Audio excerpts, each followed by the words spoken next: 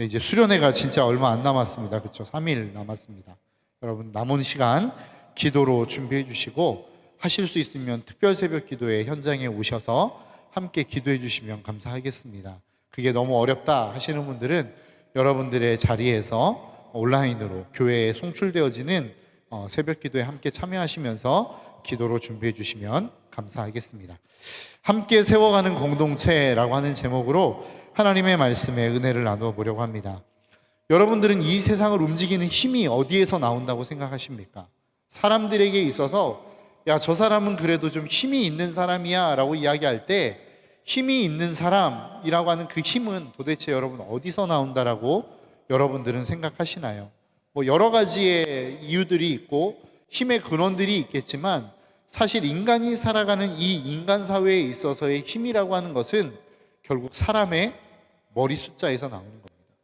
그러니까 얼마나 나를 지지하는 사람이 많냐, 얼마나 나를 좋아해 주는 사람이 많냐, 얼마나 나를 따라주는 사람이 많으냐에 의해서 이 사람은 힘이 있는 사람, 힘이 없는 사람을 결정하게 만든다라고 하는 겁니다.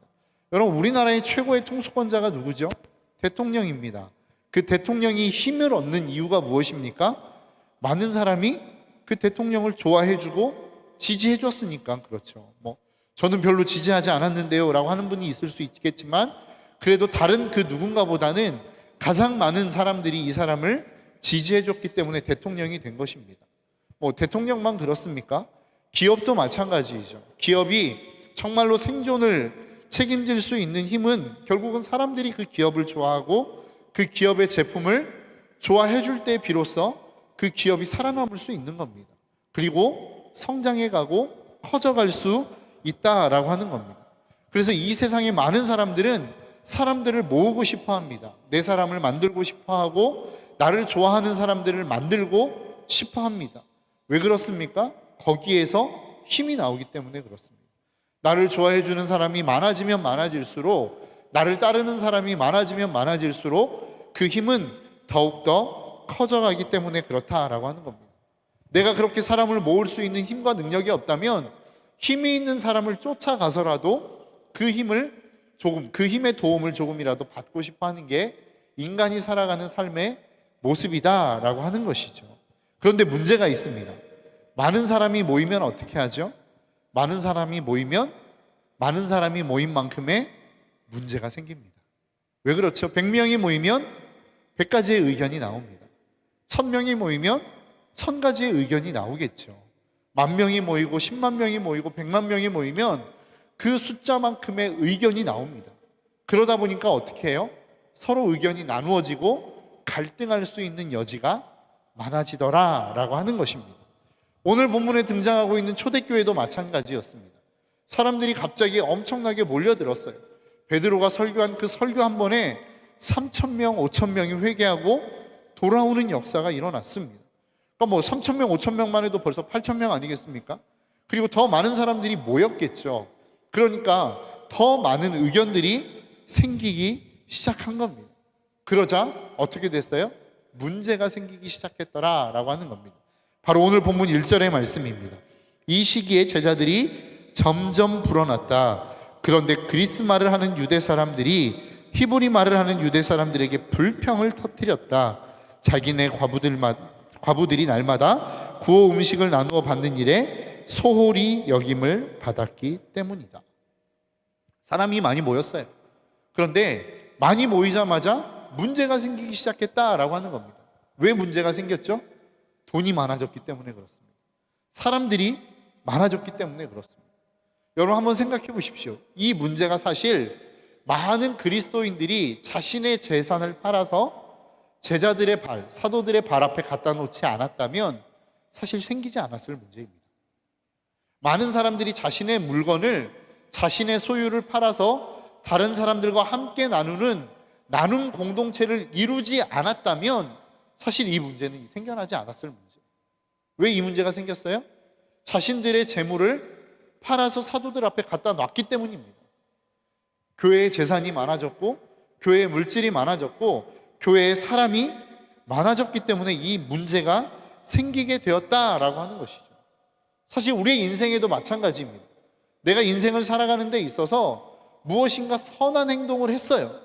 그것 때문에 생겨지는 문제들이 발생하기도 하더라라고 하는 겁니다. 우리가 생각할 때는 어때요? 내가 선한 일을 했고 하나님의 말씀을 잘 쫓아 살아갔으면 좋은 일이 생겨야 되는 게 맞는 거 아니겠습니까? 그런데 우리의 인생 가운데 내가 선한 의미를 가지고 선한 의도를 가지고 어떤 일을 했는데 그것이 좋지 않은 결과를 얻어내는 경우들이 있더라라고 하는 것입니다. 제가 남을 도와줬어요. 누군가를 도와주는 선한 일을 했습니다. 그런데 막 욕만 직사게 얻어먹었다고 한다면 여러분 어떤 생각이 들겠어요? 아, 괜히 했네. 왜 이런 일을 했지? 뭐 이런 생각 들지 않겠습니까? 정말로 하지도 않는 청소를 갑자기 청소를 했어요. 대청소를 했습니다. 막 집안을 전부 다 엎어버렸어요. 그리고 난 다음에 깨끗하게 정리를 했어요. 그런데 갑자기 막 동생이 들어오거나 엄마가 들어와서 야, 이 물건 어디 갔어? 어디다 치웠어? 왜 시키지도 않은 청소를 하고 이래? 막 이러면 막 열받죠. 화가 나겠죠. 괜히 청소했다는 생각이 들지 않겠습니까? 우리의 인생에 있어서 선한 의도를 가지고 어떤 일들을 했는데 그것이 문제가 생기는 경우들이 있더라라고 하는 거예요. 신앙에 있어서도 마찬가지입니다. 내가 믿음의 행위, 정말로 이렇게 하면 많은 사람들이 좋아하겠지라고 했는데 결국 돌아오는 것은 비난과 불평과 불만이 돌아온다면 화가 나지 않겠습니까? 지금 초대교회 성도들도 마찬가지였다는 거예요. 내 재산이 있어요. 그래서 어려움을 겪고 있는 사람들과 함께 나누고 싶다. 그래서 그 재산을 다 팔아서 사도들 앞에 갖다 놨어요. 그리고 나누어주는 일을 했어요. 그런데 지금 듣는 이야기가 뭐예요? 왜 우리는 안 도와줘? 왜 우리는 자꾸 이 구제에 빠지게 만들어? 지금 이게 공평한 거야? 막 이러면서 불평과 불만의 이야기들이 수도 없이 지금 들어오고 있는 상황이다라고 하는 거예요. 그럼 지금 상황 가운데 이 상황을 바라보는 자신의 재산을 팔았던 사람들은 어떤 생각을 갖겠어요? 야, 이게 무슨 일이야 도대체? 왜 이런 일들을 내가 들어야 돼? 내가 왜 이런 이야기를 들어야 돼? 라고 하는 생각이 들지 않겠느냐라고 하는 거예요. 그때에 이 사도들이 이 원인에 대해서, 이 문제에 대한 원인을 찾기 시작합니다. 그게 바로 오늘 본문 2절의 말씀이에요. 그래서 12사도가 제자들을 모두 불러놓고 말하였다. 우리가 하나님의 말씀을 전하는 일을 제쳐놓고 음식 베푸는 일에 힘쓰는 것이 좋지 못합니다. 지금 사도들이 초대교회에 생겨난 위기, 어려움, 아픔 이것들을 겪으면서 이 문제의 원인을 지금 뭐라고 파악하고 있는 것입니까?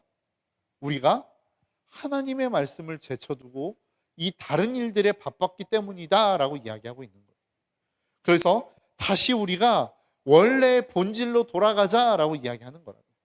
불평과 불만이 터져나오기 시작할 때에 야, 너희들은 왜 그렇게 불만이 많아? 왜 불평이 많아? 감사해야지 라고 이야기한 게 아니라 우리는 그러면 하나님의 말씀으로 돌아갑시다 라고 이야기하고 있는 거라고요.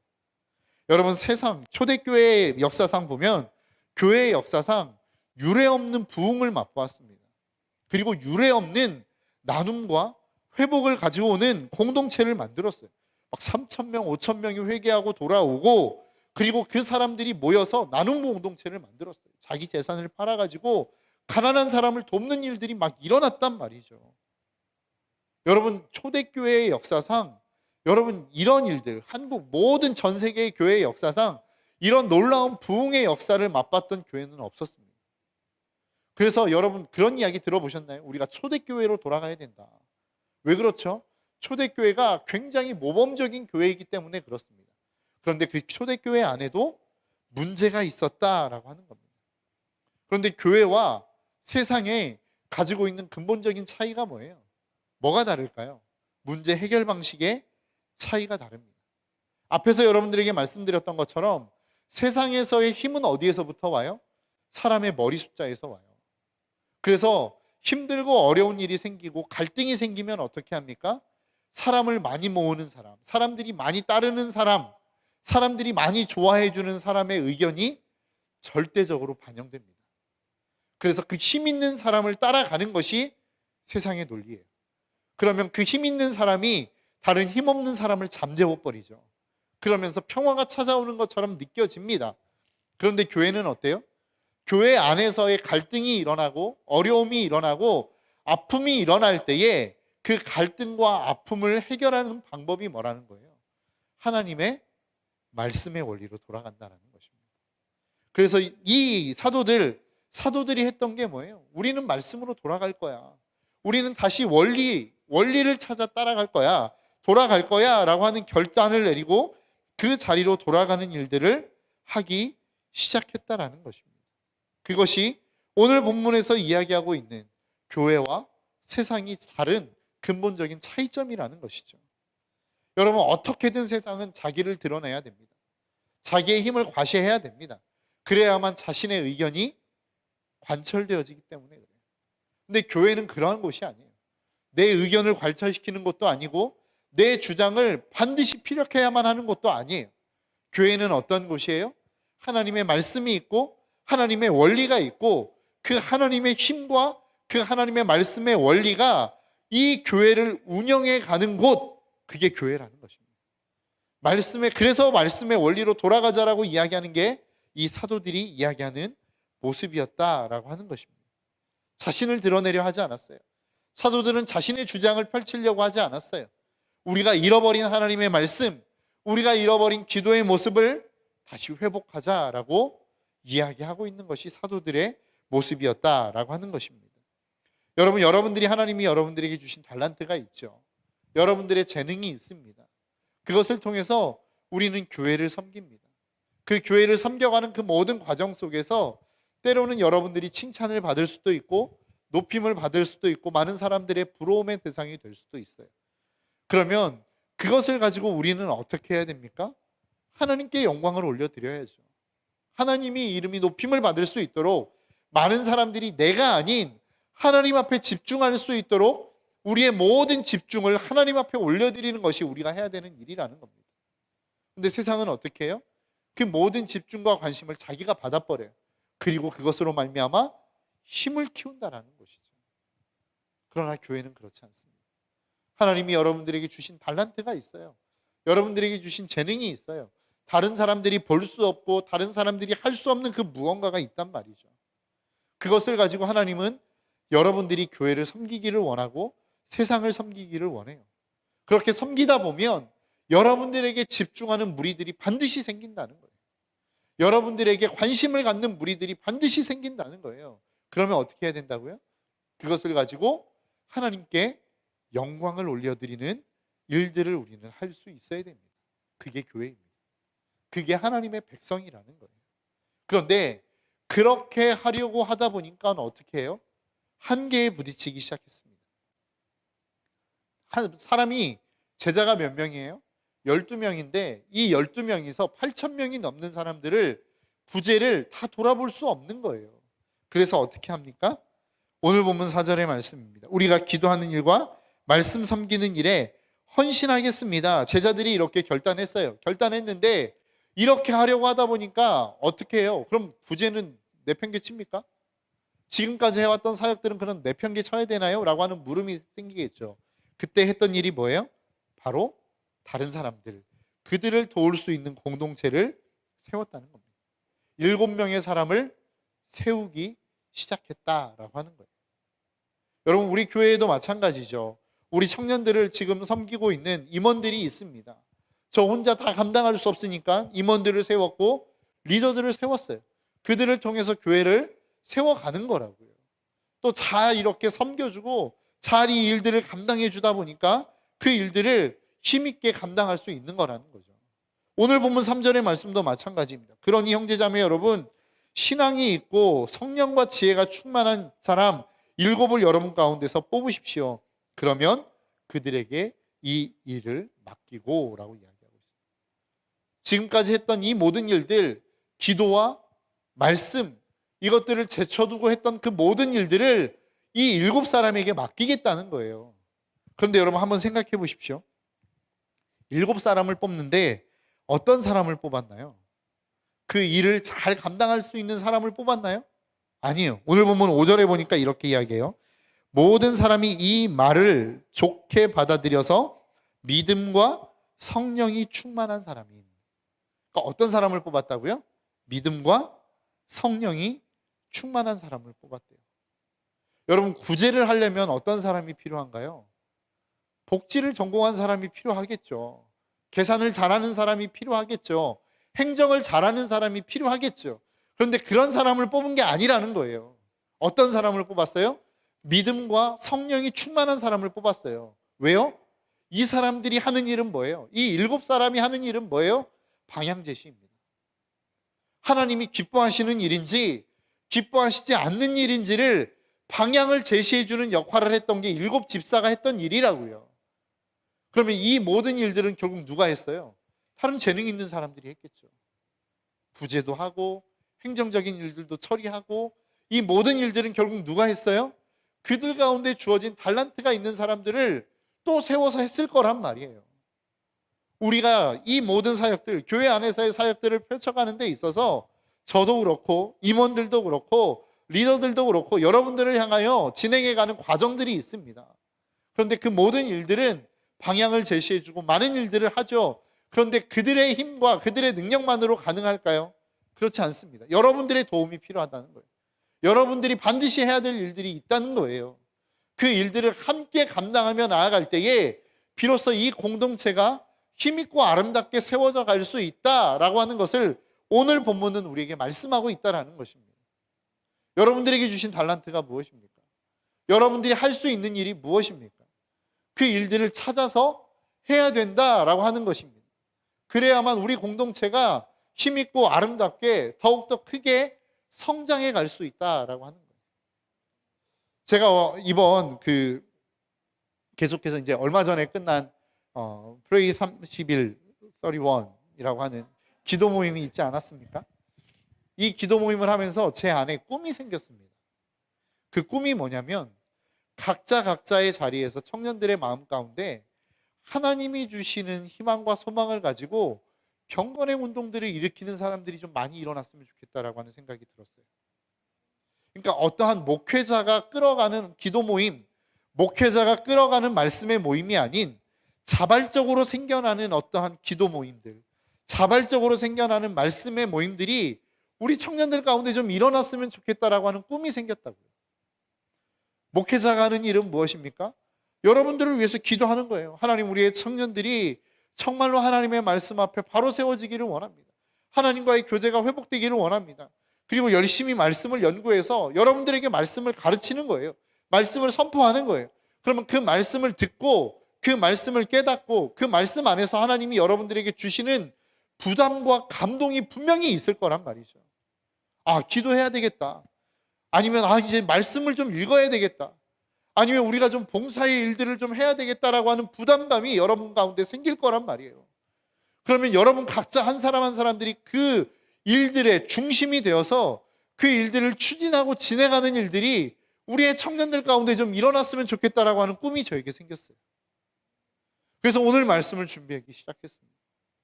여러분들의 인생 가운데 하나님이 주신 여러분들의 마음 가운데 주시는 부담감이 분명히 있을 거란 말이죠. 그러면 여러분 그것들을 추진하십시오. 기도해야 되겠다라고 하는 마음을 하나님이 주셨으면 우리 함께 기도합시다라고 하는 사람들을 좀 모아서 함께 기도를 시작하십시오.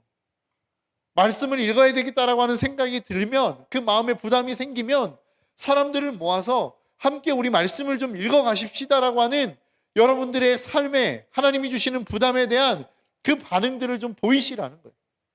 내가 주신, 하나님이 우리에게 주신 재능과 달란트가 있어요. 내가 공부를 잘해요. 잘 가르쳐요. 그러면 우리 사람들을 모아서 우리 청소년들을, 이 주변에 있는 사람들을 좀 한번 가르쳐 봅시다라고 하는 부담감이 생기면 그 일들을 시작하시라는 거예요. 우후죽순으로 그냥 시작하지 마시고 저와 아니면 임원들과 함께 협의하에 그 일들을 좀 진행했으면 좋겠어요. 모든 것들을 다 지원할 수 있는 여력이 되지 않을 수도 있어요. 그렇게 시작하려고 해도 여건이 안 될 수도 있어요. 그런데 함께 우리가 나누고 함께 그 부담감을 가지고 우리가 함께 기도로 준비하는 공동체가 되었으면 좋겠다는 생각이 들기 시작했습니다. 목회자가 하는 일은 한계가 있습니다. 목회자의 머리에서 나올 수 있는 생각은 한계가 있다고요.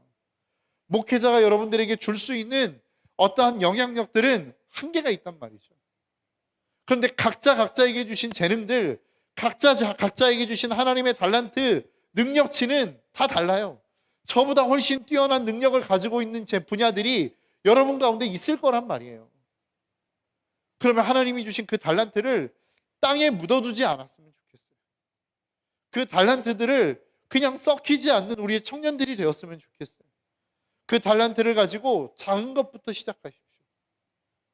프레이 31처럼 정말로 여러분들의 인생을 왜 자꾸 웃어요? 네. 감사합니다. 웃어주셔서. 예, 아무튼 그 기도 모임처럼 우리가 정말로 좀 시작했으면 좋겠어요. 그렇게 하나하나 시작하다 보면 하나님께서 여러분들에게 도울 사람들을 붙여주실 겁니다. 하나님이 여러분들이 해나갈 수 있는 영향들도 키워가실 거예요. 그렇게 일을 하다 보면 여러분들이 생각하지도 못했던 여러분들의 진로를 하나님이 열어주실 수도 있어요. 그렇게 그 일들을 감당하다 보면 하나님이 생각하지도 못했던 일들을 여러분 가운데 열어주실 수도 있다고요. 그게 여러분들의 재능이 되고 여러분들의 직업이 되고 여러분들의 진로가 될 수도 있단 말입니다. 여러분 함께 세워가는 공동체는 그냥 어떠한 시키는 것들, 이거 했으면 좋겠습니다, 함께 따라오십시오, 물론 너무 감사합니다, 너무 좋아요, 너무 대단한 일이에요. 그러나 이제는 우리 공동체가 그것을 좀 뛰어넘어 봤으면 좋겠어요. 이제는 이것을 했으면 좋겠습니다라고 해서 따라오는 게 아니라 여러분들 각자에게 주시는 재능, 아이디어, 달란트가 있으면 목사님 우리 이거 한번 해봤으면 좋겠어요. 목사님 우리 공동체가 이거 한번 좀 시도해봤으면 좋겠어요. 우리가 이것으로 우리 공동체, 우리 주변들을 좀 섬겨봤으면 좋겠어요 라고 하는 아이디어를 좀 주십시오. 그러면 우리가 뭐 감당할 수 없는 것들을 한다면 뭐 안 된다고 이야기하겠죠. 이렇게 서울역에 있는 모든 노숙자들을 우리가 막 다 재워주고 먹여줍시다 막 이러면 안 돼! 막 이렇게 하겠죠. 그러나 몇 명이라도 좀 우리가 함께 섬겨봤으면 좋겠습니다. 한 사람부터라도 좀 우리가 한 달 동안 숙소를 좀 제공해서 그들이 좀 잘 살 수 있도록, 다시 일상을 회복할 수 있도록 도와주면 어떻겠습니까? 이렇게 된다면 이것은 가능하지 않겠습니까? 이야기를 하면 우리가 좀 아이디어를 내고 그것들을 추진할 수 있는 방안을 우리가 찾아보면 되지 않겠어요? 여러분들에게 주시는 감동들, 하나님이 여러분들에게 주시는 아이디어들, 하나님이 여러분들에게 주시는 지혜들 무시하지 마십시오. 묵살하지 마십시오. 주시는 지혜가 있다면, 감동이 있다면, 아이디어가 있다면 그것을 함께 나누고 공유했으면 좋겠어요. 그래서 그 일들, 하나님이 어떤 사람에게 어떠한 아이디어를 주셔서 어떠한 일들을 이루어 가실지는 아무도 몰라요. 그리고 그 시작을 통해서 하나님이 그 일들을 어떻게 키워 가실지도 아무도 몰라요. 하나님이 일하시는 것들, 하나님이 일하시는 방법들, 하나님이 역사하실 일들은 어떻게 더 커져가고 어떻게 이루어갈지는 아무도 모르는 일들이라고. 여러분 함께 이 일들에 여러분들이 동참해 주셨으면 좋겠어요. 그래서 우리가 함께 이 일들, 생각하지도 못했던 일들, 전혀 꿈꿔보지도 못했던 일들이 우리의 청년 공동체를 통해서 이루어가는 역사들을 우리가 함께 보고 들으며 나아갈 수 있는, 그래서 그 일들을 이루어갈 수 있는 우리 공동체가 될 수 있었으면 좋겠습니다. 여러분 계속해서 여러분들에게 말씀드리지만 하나님은 우리 한 사람 한 사람들을 그냥 부르지 않았어요. 아무런 재능도 없이, 아무런 능력도 없이, 아무런 희망도 없이, 아무런 꿈도 없이 하나님이 우리를 그렇게 부르신 게 아니라고. 하나님이 우리를 부르실 때에는 꿈이 있어요. 비전이 있어요. 소망이 있어요. 비록 어려움도 있고 아픔도 있고 그 일들이 가능할까라고 하는 두려움도 있을 수 있지만 하나님이 우리에게 주시는 거라고 한다면 저는 반드시 하나님이 이루어 가실 거라고 생각합니다. 우리 공동체가 그 일들을 능히 감당하며 나아갈 수 있었으면 좋겠습니다. 어려움도 있을 수 있겠죠. 아픔도 있을 수 있겠죠. 또 어떤 경우에는 야 말도 안 되는 소리 하지 마, 니들이 그런 일들을 한다라고 하는 방해와 도전이 있을 수도 있습니다. 그러나 한번 해봅시다. 시도해봅시다. 하나님이 주시는 꿈이라면 우리가 이루는 게 아니라 하나님이 이루어 가십니다. 이 일들을 우리가 함께 이루어갈 수 있는 저와 여러분들이 될 수 있었으면 좋겠어요. 저는 수련회를 준비하면서 두 가지의 기도의 제목이 있습니다. 첫 번째는 우리의 청년들의 삶 속에 진짜 아픔과 고난과 어려움들이 좀 해결되었으면 좋겠다는 소망이 있습니다. 그래서 우리의 마음 가운데 자리 잡고 있는 아픔들, 수련회를 마치고 돌아갈 때에 하나님이 만나주심으로 말미암아 내가 마음 가운데 가지고 있었던 아픔과 고난과 어려움이 아무것도 아닌 것이 되어는 그런 상황들을 우리가 함께 경험했으면 좋겠다라는 꿈이 있어요. 두 번째는 뭐냐면 지금 제가 여러분과 함께 나눴던 이야기입니다. 우리의 청년들의 삶의 자리에서 각자의 아이디어를 가지고 하나님, 우리가 이렇게 이것을 좀 섬겼으면 좋겠습니다.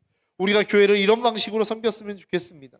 우리가 세상을 이렇게 좀 섬겼으면 좋겠습니다라고 하는 아이디어와 지혜들이 계속해서 터져 나왔으면 좋겠어요.